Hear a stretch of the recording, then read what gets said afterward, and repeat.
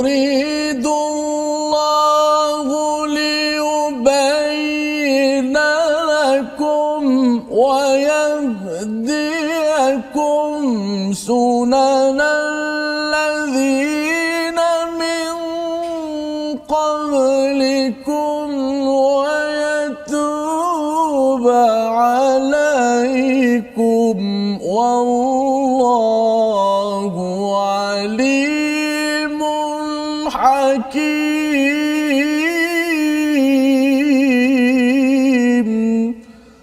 صدق الله. Allah hendak menerangkan kepadamu dan menunjukkan jalan-jalan kehidupan orang sebelum kamu, para nabi dan orang-orang soleh, dan dia menerima taubatmu. Allah Maha mengetahui lagi Maha bijaksana.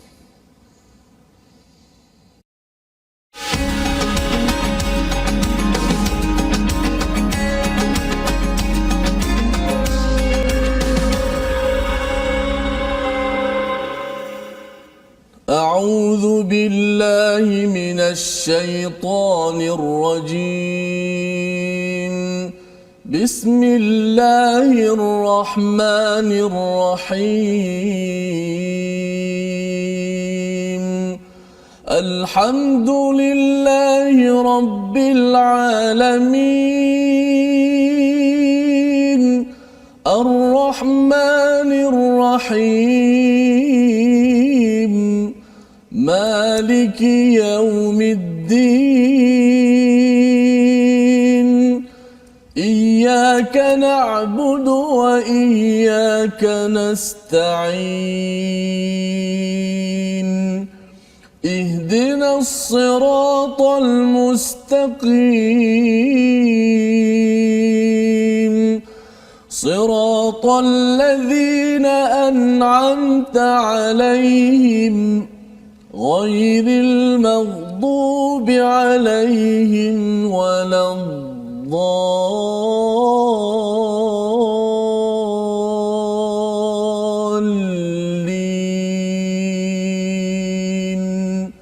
آمين.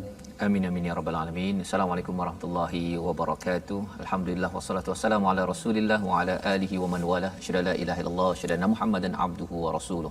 Allahumma salli ala sayidina Muhammad wa ala alihi wa sahbihi ajma'in. Amma ba'd. Alhamdulillah, kita memanjatkan kesyukuran pada Allah Subhanahu Wa Taala pada hari yang berbahagia ini. Kita sama-sama dapat meneruskan pengajian kita, dan alhamdulillah kita bersama dengan Ustaz Tirmizi Ali. Apa khabar Ustaz? Baik, alhamdulillah. Kita, alhamdulillah Ustaz. Dan hari ini kita sudah masuk kepada juz nombor 5 Ustaz. Nombor 5, masya-Allah. Ya, ini adalah satu anugerah daripada Allah. Saya doakan Ustaz Fas terus sihat untuk membimbing kita semua, insya-Allah. Ya, bersama Ustaz, bersama Ustaz Tirmizi, bersama tuan-tuan yang berada di rumah, terus istiqamah ya. Kita ingin meneruskan, kita doakan pada Allah Subhanahu taala ya, sebagaimana kalau kita pergi jumpa Pak Ismail, Pak Mail dulu Ustaz ya. Beliau berdoa kalau boleh Allah pinjamkan usia sempat menghabiskan membaca ya bersama Ustaz Tirmizi dan juga tadabbur Al-Quran hingga halaman 604, kerana ini adalah pengalaman saya sendiri Ustaz, pengalaman pertama ya, walaupun kita dah hidup dah beberapa puluh tahun. Lihat satu demi satu ringkas ya, secara ringkas, bukan secara mendalam, bukan kelas tafsir yang mendalam, yang itu kita kena tanya pergi ke kelas ustaz-ustaz yang ada yang lain di surau masjid. Tapi satu demi satu melihat bagaimana kasih sayang Allah menyampaikan ya melalui ayat-ayat yang dibacakan. Satu, mendengar bacaan yang bagus pun sudah memberi kesan pada hati Ustaz ya. Apatah lagi apabila ada kaitan dengan kefahaman dan kita cuba mengamalkannya Ustaz ya. Ustaz, kalau saya dengan Ustaz Tirmizi, kami boleh bergilir lah kan. Sempat untuk bernafas lah. Tapi saya sendiri tadi saya nak tanya Ustaz Fas, tidak ada persediaan. Penonton-penonton pun mungkin nak tahu juga apakah rahsia Ustaz Fas. Saya tengok saya sendiri kalau berada di tempat Ustaz Fazrul, bukan mudah untuk memahamkan orang. Okey, satu muka surat ini kalau nak terang betul-betul memang masa panjang, tapi bagaimana dengan masa yang ditetapkan tapi penonton dapat ambil. Nak memahamkan masyarakat, mungkin Ustaz ada rahsia kenapa Ustaz boleh, saya tengok steady Ustaz. Dah juzuk yang kelima kita Ustaz ya. Sebenarnya tak tahulah ada rahsia ke tidak, tapi sebenarnya apabila memulakan awal hari itu ya, pada halaman pertama melihat bahawa perkara ini adalah tanggungjawab untuk diri sendiri dahulu. Kan? Nak faham untuk diri sendiri dahulu dan diri sendiri yang mungkin dulu tak ada bahasa Arab ya, dulu mungkin baca pun tak lancar. Bila baca lancar sikit, bila orang tanya apa isi kandungan tak faham kan. Dan bila minta pada Allah niatkan betul-betul ni ya, satu untuk diri sendiri nak belajar, dan kemudian bila belajar tu satu perkara lah yang saya pun tak tahu apa rahsianya, ialah bila nak bercakap ni kan, memang nota adalah nota macam ni, 2-3 muka surat ini, tetapi ada masa nota ni tak digunakan. Betul. Ada masa nota ni dirujuk, pasal bukannya boleh, kalau tuan-tuan yang berada di rumah, saya tengok kamera, bukan banyak tengok kat sini pun ya, dan perkataan-perkataan itulah sebenarnya subhanallah, bila Allah menyatakan allamahul bayan, sebenarnya memang Allah lah mengajar, mengilhamkan tu. Pasal lepas biasanya saya dah live ini kan, ataupun dah bersama dengan tuan-tuan sekalian, saya dengar balik dan saya rasa yang ini saya cakap ke kan. Pasal satu dari segi idea-ideanya, contoh-contohnya, dan qadar Allah, memang Allah lah yang memberi, dan mohon doa lah ya, berkat doa. Saya teringat Profesor Dr. Said Ramadan Al-Buti yang mati di Syria, seorang ulama besar yang fiqh, kita apa fiqhul Islam, kitab fiqh yang menjadi fiqh sirah, betul Mas Ustaz. Dia kata, aku mengajar di satu masjid Ustaz Bukit Hijrah kan.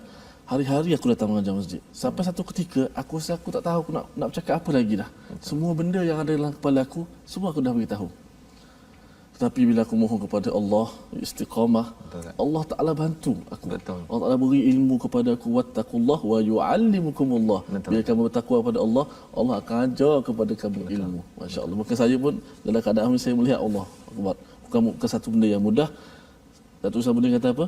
Datuk Usman kata Allah bantu, insya-Allah. Allah bantu, insya-Allah, dengan berkat doa daripada tuan-tuan sekalian, apabila kita ingin memulakan ya bagi juz yang kelima pada hari ini. Jadi mari kita lihat kepada sinopsis Ustaz bagi hari ini.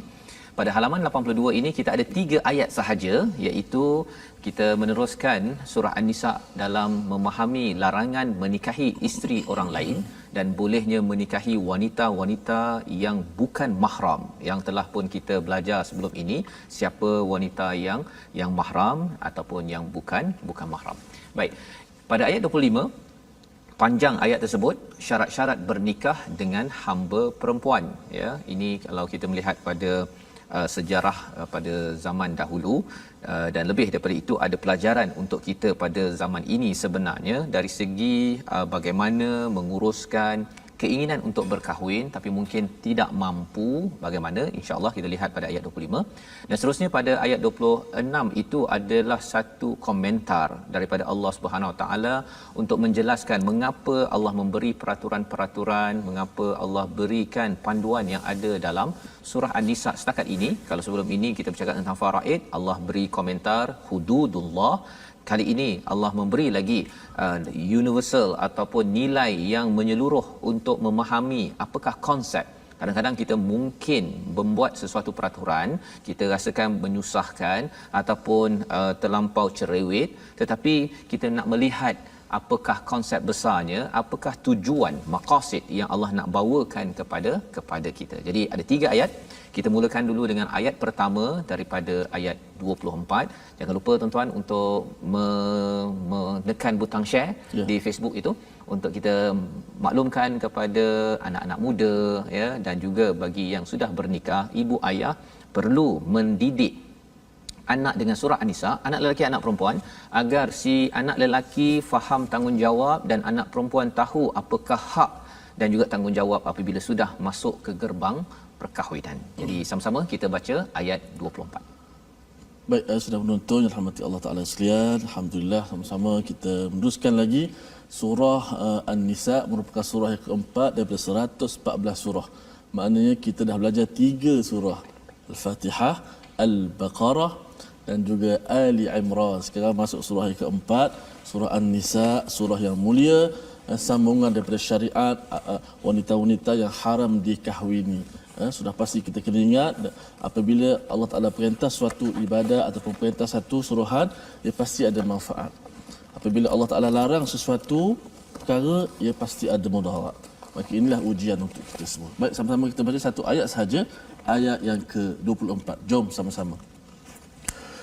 A'udzu billahi minasy syaithanir rajim.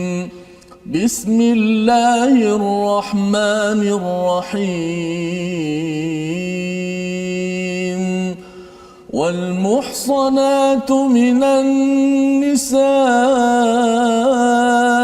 إلا ما ملكت أيمانكم كتاب الله عليكم وأحل لكم ما وراء ذلكم أن تبتغوا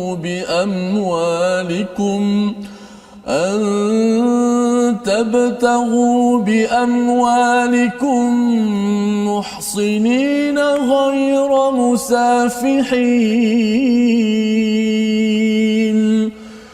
فما استمتعتم به منهن فآتوهن أجورهن فريضة ولا جناح عليكم فيما تراضيتم به من بعد الفريضة إن الله كان عليما حكيما صدق الله العظيم.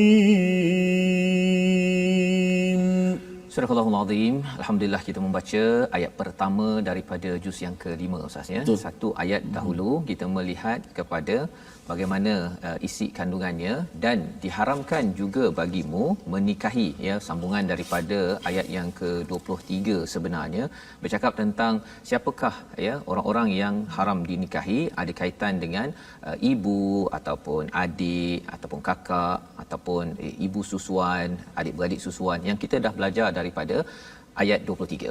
Maka kali ini Allah mengingatkan lagi diharamkan menikahi perempuan yang bersuami. Ini maksudnya adalah asalnya perempuan itu memang perempuan asing, tetapi kerana dia sudah pun bernikah, ini adalah satu perkara yang diharamkan. Jadi Allah berikan ayat 23 ada hubungan kekeluargaan, pada ayat 24 ini walaupun dia di luar daripada rumah, tidak ada kaitan dengan kita, tetapi kerana ia telah dimiliki oleh orang lain, maka itu adalah haram.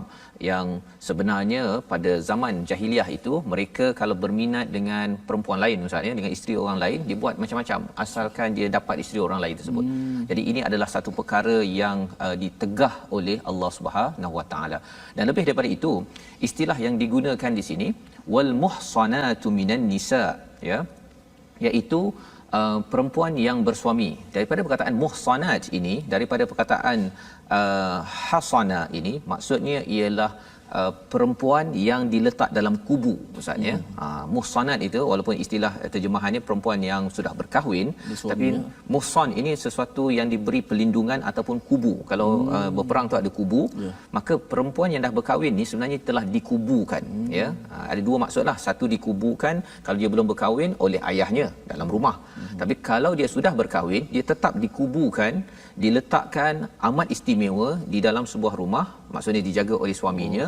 Maka jangan sampai ada orang yang pergi menyerang kubu tersebut. Mana muhsan tu dikatakan sebagai kubu suami lah. Kubu suami. Kalau yang tak kahwin, wali sebagai penjaga, pelindung kubu tersebut. Jadi golongan wanita amat dikubukan ataupun dilindungi, amat dijaga oleh Al-Quran ataupun oleh Allah Subhanahu Wa Taala. Jadi istilah yang digunakan pun itu amat mulia ya. Jadi bila dah cakap tentang al-muhsanat, jangan kacau.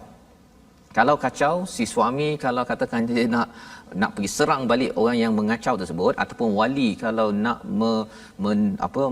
menjerkah kepada orang yang nak kacau kubu tersebut, itu adalah normal. Malah kalau katakan si wali, ayah ke abang kepada si perempuan, ataupun kalau dah berkahwin suami, kalau tak buat apa-apa ya, asalnya kalau si anak perempuan nak keluar bila-bila ataupun si isteri tu nak keluar bila-bila, tak payah nak tanya kepada si wali kalau dah kahwin tu ialah suaminya. Itu tandanya bahawa si wanita itu tidak menghargai kubu yang telah diberikan istilah ini di dalam ayat 24 ini. Baik. Illa ma malakat aymanukum, ya, kecuali, kalau maksudnya ini diharamkan kecuali bagi hamba sahaya perempuan tawanan perang yang kamu miliki. Ini adalah satu peristiwa ataupun hakikat pada zaman dahulu. Ya, zaman sekarang ini tidak dikaitkan dengan perkara ini Ustaz, ya, iaitu tawanan perang menjadi hamba, ya, sahaya, maka ia dibenarkan untuk dikahwini, ya. Pasal apa? Pasal dia mungkin dia dah berkahwin, kemudian dia ditawan, si perempuannya, si lelakinya mungkin dah terpisah kerana dia masuk Islam ataupun tidak masuk Islam, maka dia dah boleh dah dikahwini. Syaratnya ialah apabila dia beriman pada Allah Subhanahu Wa Taala. Jadi ini adalah kitaballahi alaikum. Ini adalah satu ketentuan. Bila kitab itu maksudnya sesuatu yang tertulis, satu perlembagaan, peraturan daripada Allah ke atas kamu. Bila Allah nyatakan ke atas kamu, itu maksudnya itu tanggungjawab yang besar. Jangan main-main. Ya, jangan main-main dengan isteri orang. Jangan kalau dekat pejabat itu Ustaz, ya.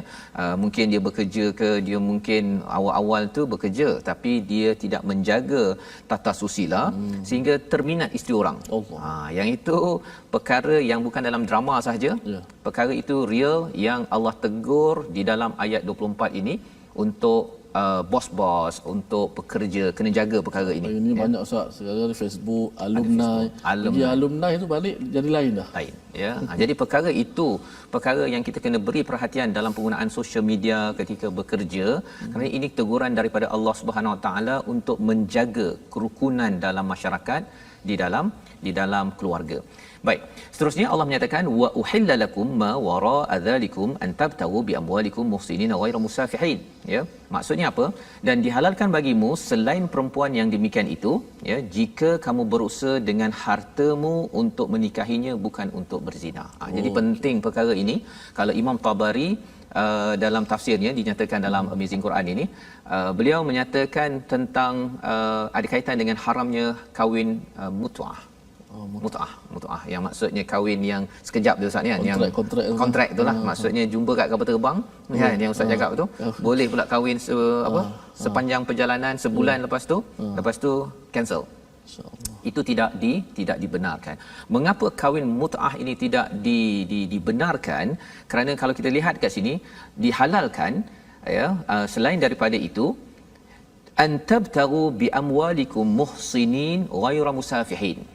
Jadi ada beberapa perkataan penting kat situ. Antabtagu bi amwalikum, kita kena, orang yang nak berkahwin tu kena cari harta Ustaz. Cari harta. Jadi kalau ada orang kata dulu zaman sahabat ada bagi kurma, ada bagi qul huwallahu ahad. Zaman sahabat mereka ni berjuang, harta mereka diserahkan pada perjuangan. Jadi yang tinggal kurma, tinggal qul huwallahu ahad itu, maka itu dibenarkan. Tapi zaman sekarang jangan pula kita tak ada berjuang, dalam akaun banyak 1 juta, tapi rupanya cari kat kedai cari coklat, kan. Lepas tu kata ini adalah harta mahar yang saya ada, inilah mahar saya, ini saja yang saya nak bagi.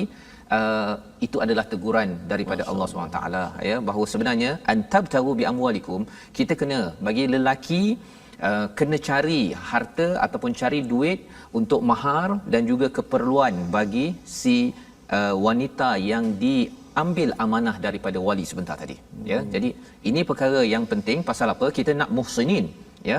Istilahnya orang yang menikah itu, dia sedang, si lelaki itu sedang menyiapkan kubu untuk si wanita yang telah kubunya disiapkan oleh wali ayahnya sebelum ini.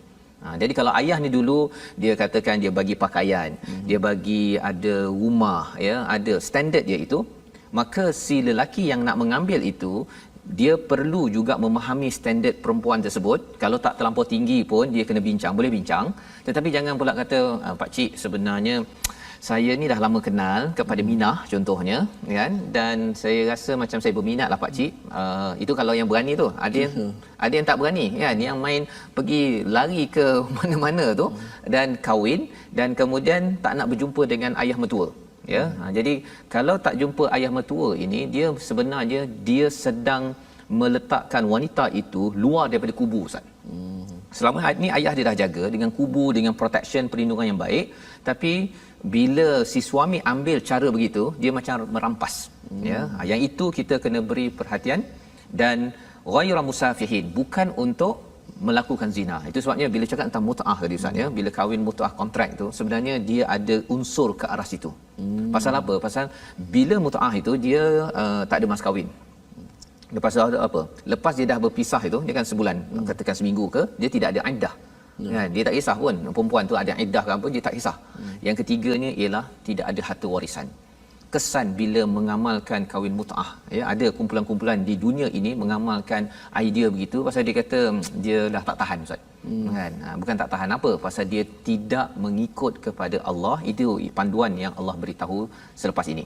Ya, jadi apa yang perlu dibuat? Famastamta'tum, jika kamu telah menikahi, okey, ini maksudnya dia sudah bersenang-senang dengan si wanita tersebut, itu yang membawa pada mut'ah tadi itu. Kahwin mut'ah itu adalah kahwin bersenang-senang dia. Padahal sebenarnya Allah kata kalau dah bersenang-senang dengan perempuan itu, minhunna fa'atuhunna ujurahunna faridah, kenalah berikan mahar sebagai kewajipan. Jangan sekadar dia nak sewa sahaja tubuh badan. Minta maaf lah Ustaz ni, kena cakap begitu. Pasal apa?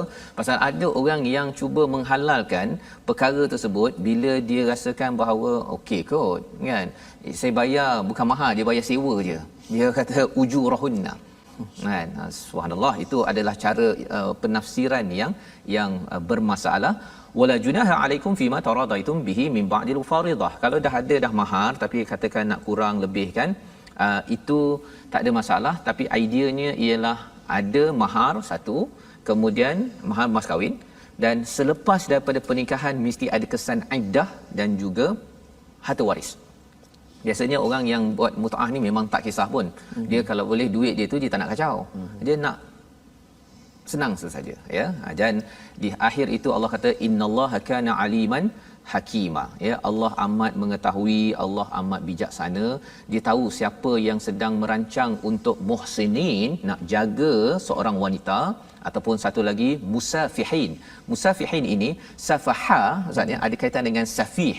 Sin fa ha yang bulat itu, safih itu yang tak matang.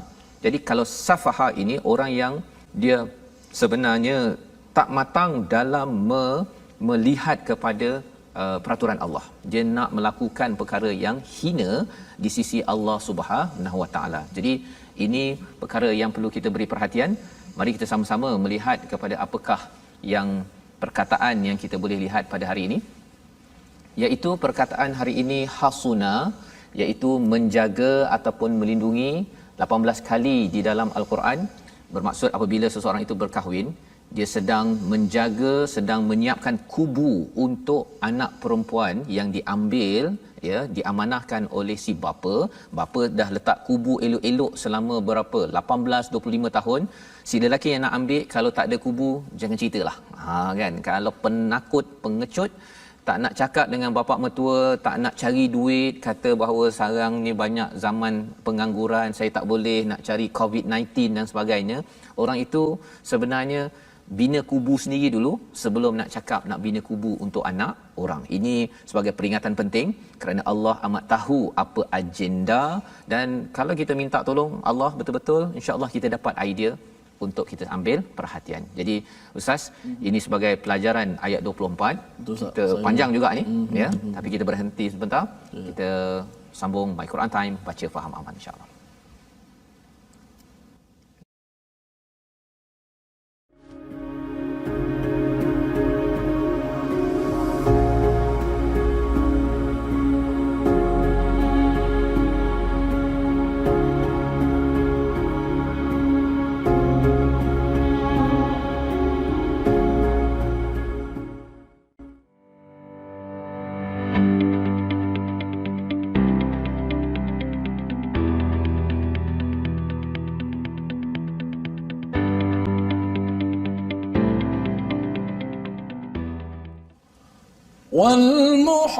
والمحصنات من النساء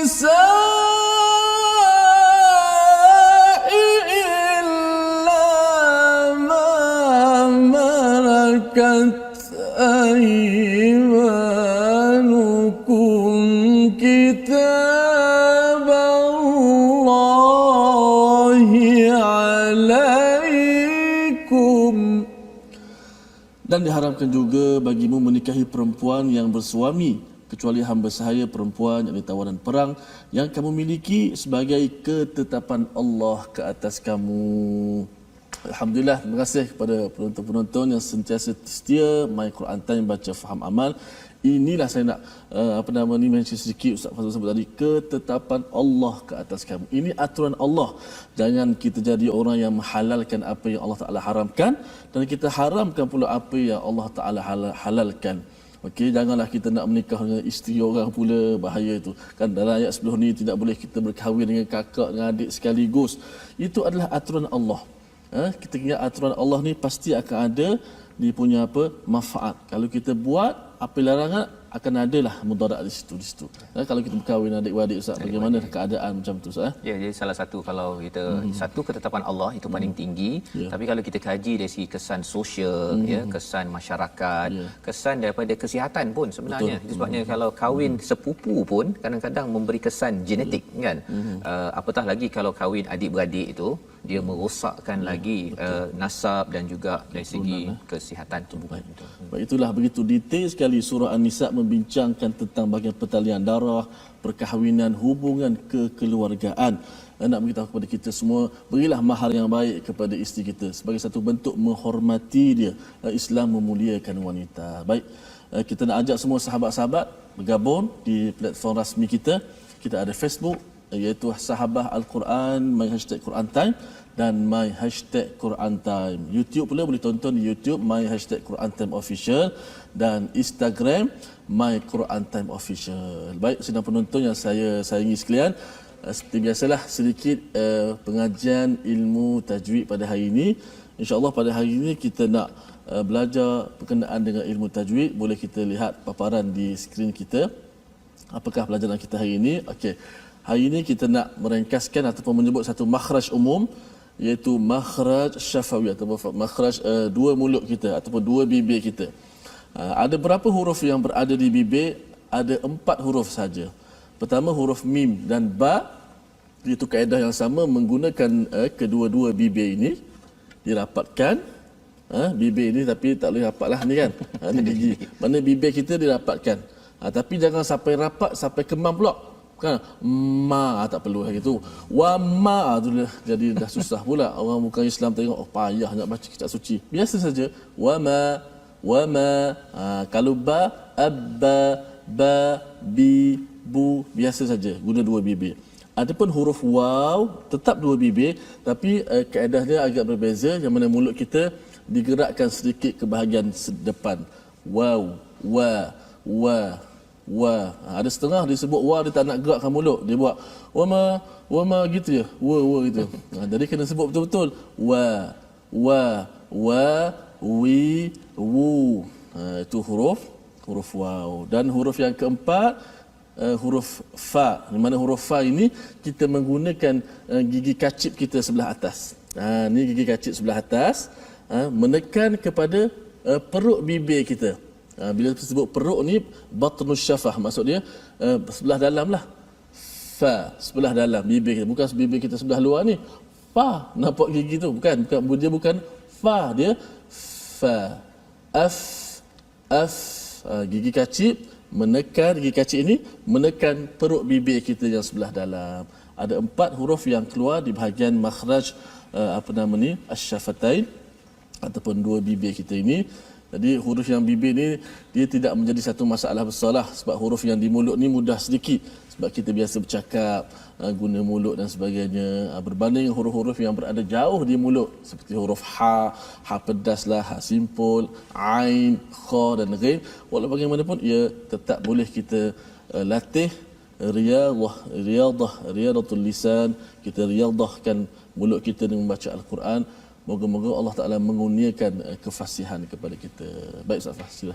Baik, jadi Alhamdulillah, terima kasih diucapkan pada Ustaz Tirmizi menceritakan tentang 4 huruf sebentar tadi Ustaz, ya, ada kaitan dengan bibir, ya, syafatain tadi. Dan ya betul Ustaz bila cakap tentang wow tadi tu, ada orang yang dia tengok pada imam-imam, kadang-kadang ada yang baca tu dia bunyi dia tu keluar tepat, tapi dia punya mulut tu tak buka sangat, kan? Jadi dia pun nak tiru. Jadi bila dia nak tiru tu, jadi dia, kalau wow tadi tu dia wah tu dia jadi dia macam dia telan dia semua perkara tersebut, kan? Tapi imam sana tu baca macam tu keluar pula bunyi, kan? Jadi yang itu apa beza? Okey, dia ada dua golongan. Pertama yang malas, wa ma adraka mal aqabah. Yang kedua orang kita juga, dia melampau pula nak tiru orang Arab. Wa ma adraka mal aqabah. Tu melampau juga. Khairul umur awsatuha. Baik perkara sederhana. Wa ma adraka mal aqabah. Wa ma, tak gerak langsung pun tak boleh. Bergerak melampau sangat pun tak boleh. Sederhana saja.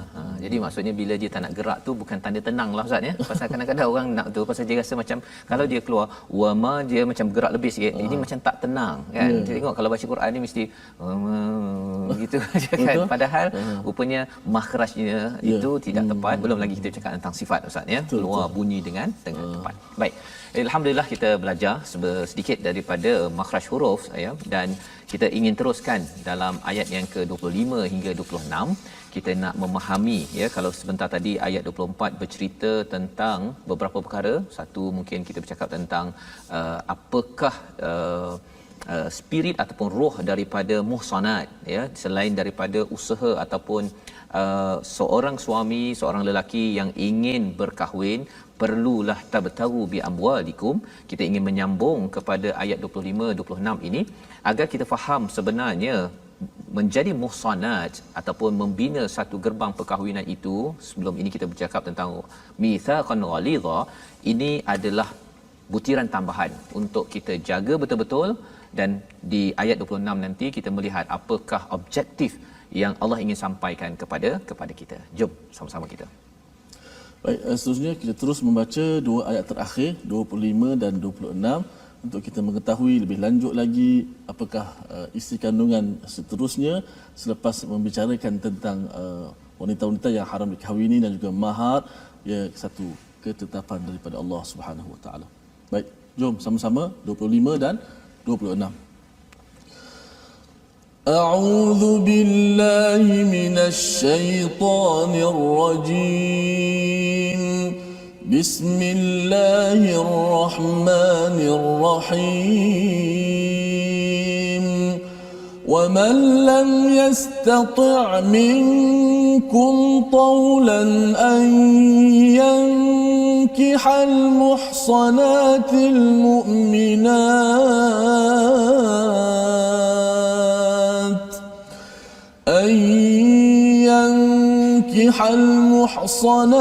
المؤمنات فمما ملكت أيمانكم من فتياتكم المؤمنات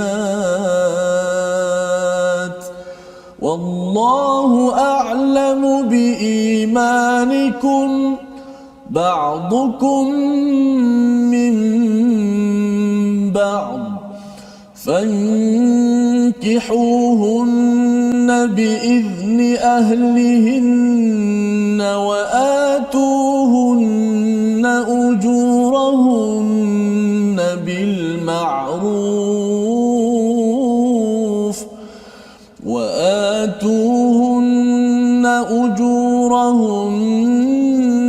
بالمعروف محصنات غير مسافحات ولا متخذات أخدان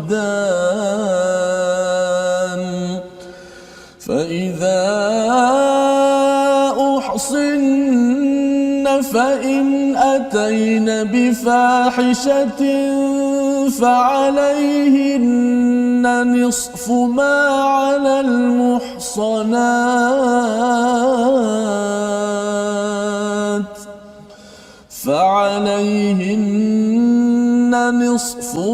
على المحصنات من العذاب ذلك لمن خشي العنة منكم وأن تصبروا خير لكم والله غفور رحيم يريد الله ليبين لكم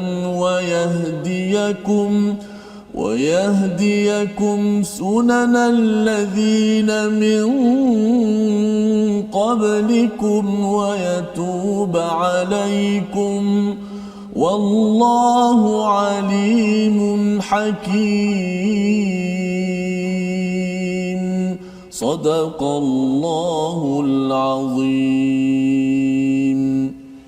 Surah Al-Azim, itulah daripada ayat 25 hingga 26. Ayat 25 panjang Ustaz ya, bercerita tentang waman lam yastati' minkum, barang siapa di kalangan mereka itu daripada kamu yang tidak mampu taulan ya untuk membayar mahar, yang kihal muhsanat, membayar mahar kepada perempuan-perempuan yang merdeka ya, bukan perempuan yang menjadi hamba tadi itu. Secara amnya zaman sekarang ini semua perempuan merdeka Ustaz kan. Kadang-kadang mungkin maharnya itu tidak mampu, maka kalau zaman dahulu boleh famin ma malakat aimanukum, kepada hamba-hamba itu, pasal hamba-hamba itu lebih maharnya mungkin lebih murah ataupun kurang sedikit ya. Tetapi syaratnya hamba tersebut mestilah beriman ya. Fataya tikumul mukminat, dan Allah lebih mengetahui keimanan tersebutlah. Pasal kadang-kadang pasal nak kahwin punya pasal dia masuk Islam ya pada zaman dahulu.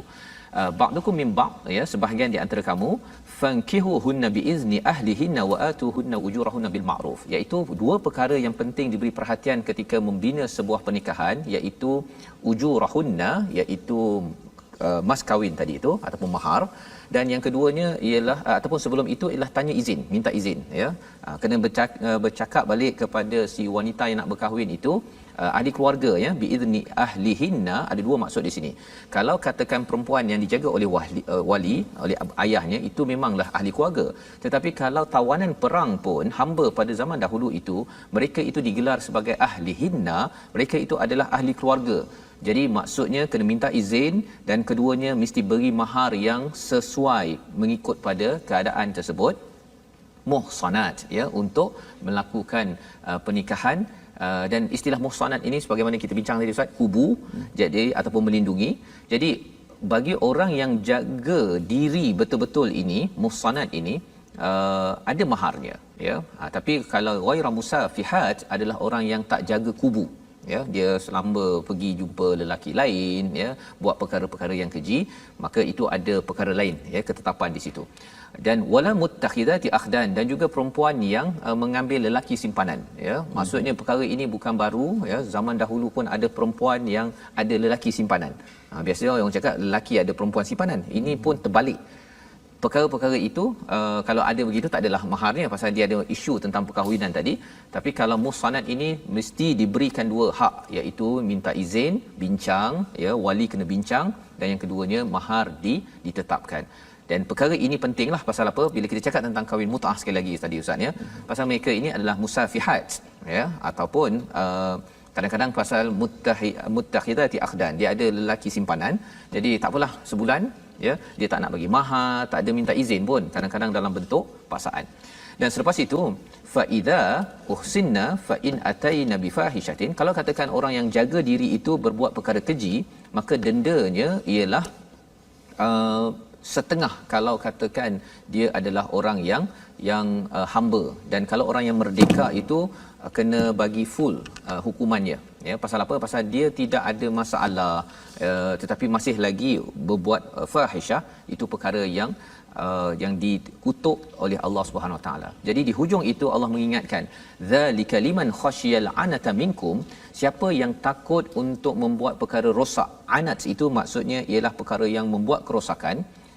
Dia tahu dah bahawa sebenarnya yang pertama cara untuk mengelakkan anat ini, kerosakan membawa pada zina ini, ialah berkahwin. Dan kalau katakan tak mampu pada zaman dahulu ialah dengan berkahwin dengan hamba sahaya, pasal maharnya lebih rendah. Wa an tasbiru khairul lakum, katakanlah dia tak mampu Ustaz, tak mampu, duit tak cukup, dia tak ada harta, Allah menyatakan wa an tasbiru khairul lakum, sabar itu adalah lebih baik bagi kamu. Pasal isu yang dibincangkan dalam ayat ini ya, pada zaman sekarang pun ada orang kata, pasal sekarang ni ada telefon Ustaz ya, ada orang yang mungkin dia dah biasa dengan telefon ya, melihat perkara yang tak elok. Jadi dia kata, saya rasa untuk menguruskan perkara ini saya kena kahwin. Ada yang berpendapat begitu. Tetapi cabarannya apa? Sebenarnya bila sudah berbuat perkara dosa, bila nak pergi ke kahwin tu bagus, ya, tetapi dosa tu kena taubat dulu. Kena taubat dulu.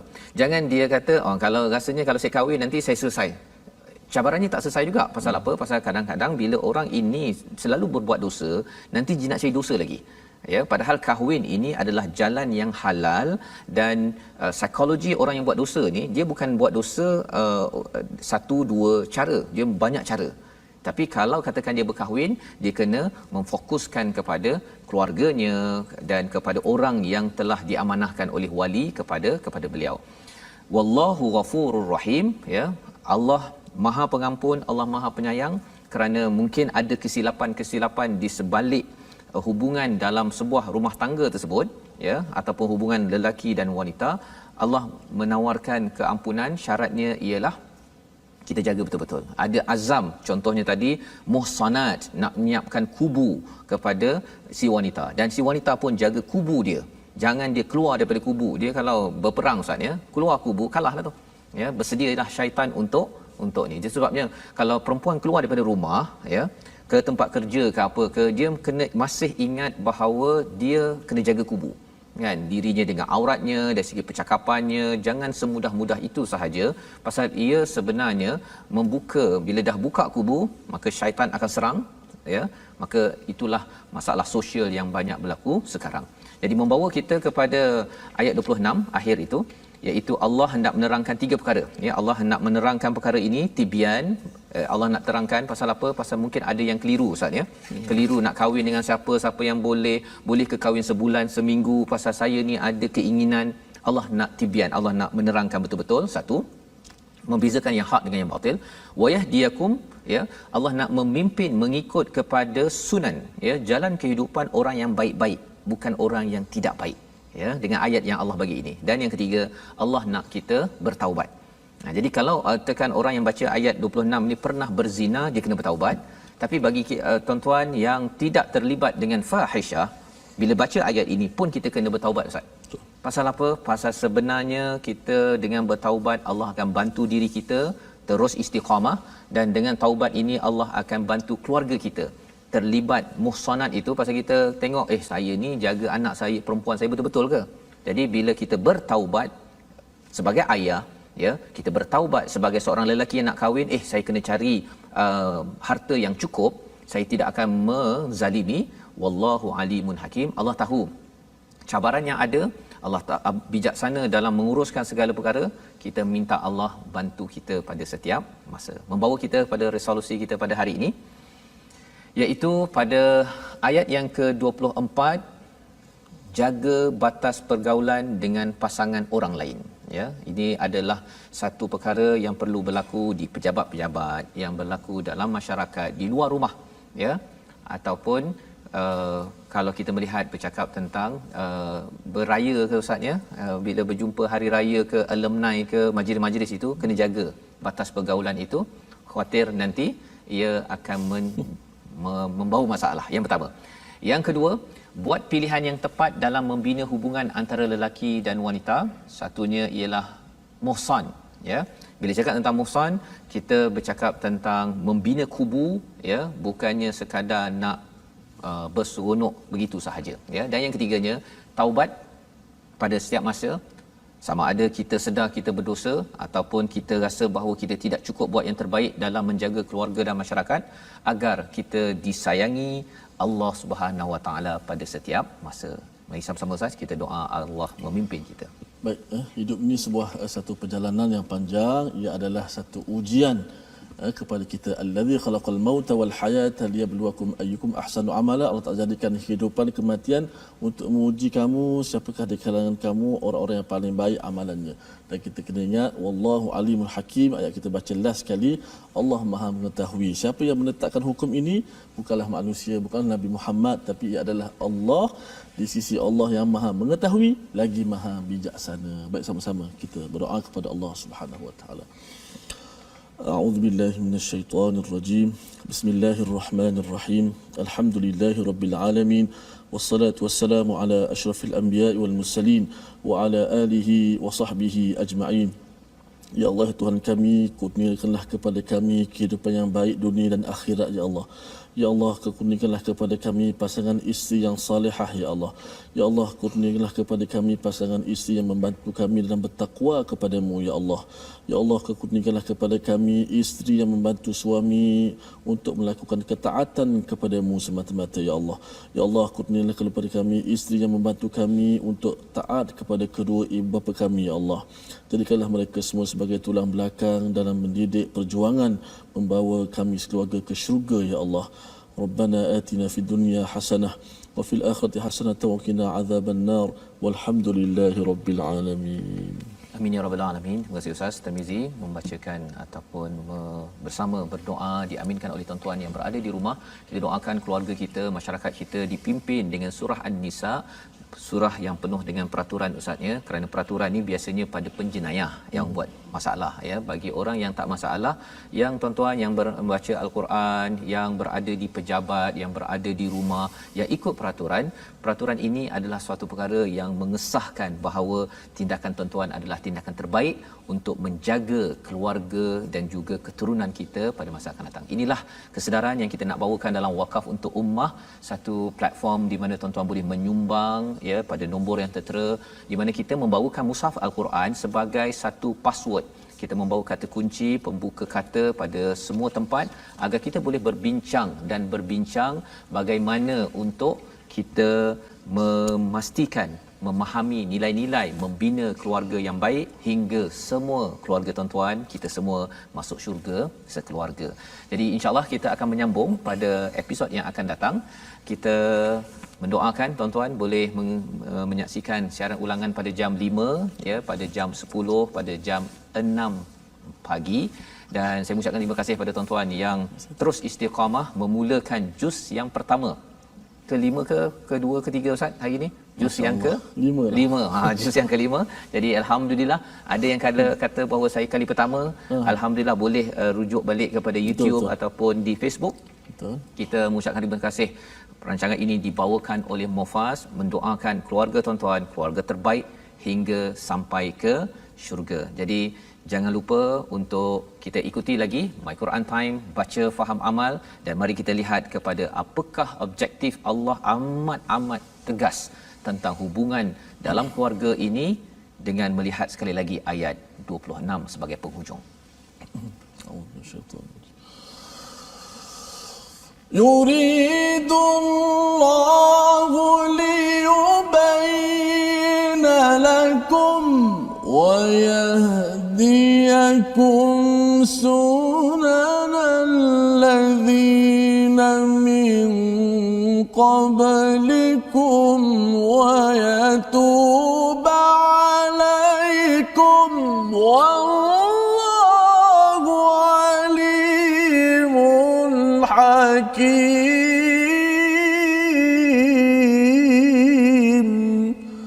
Sadaqallahu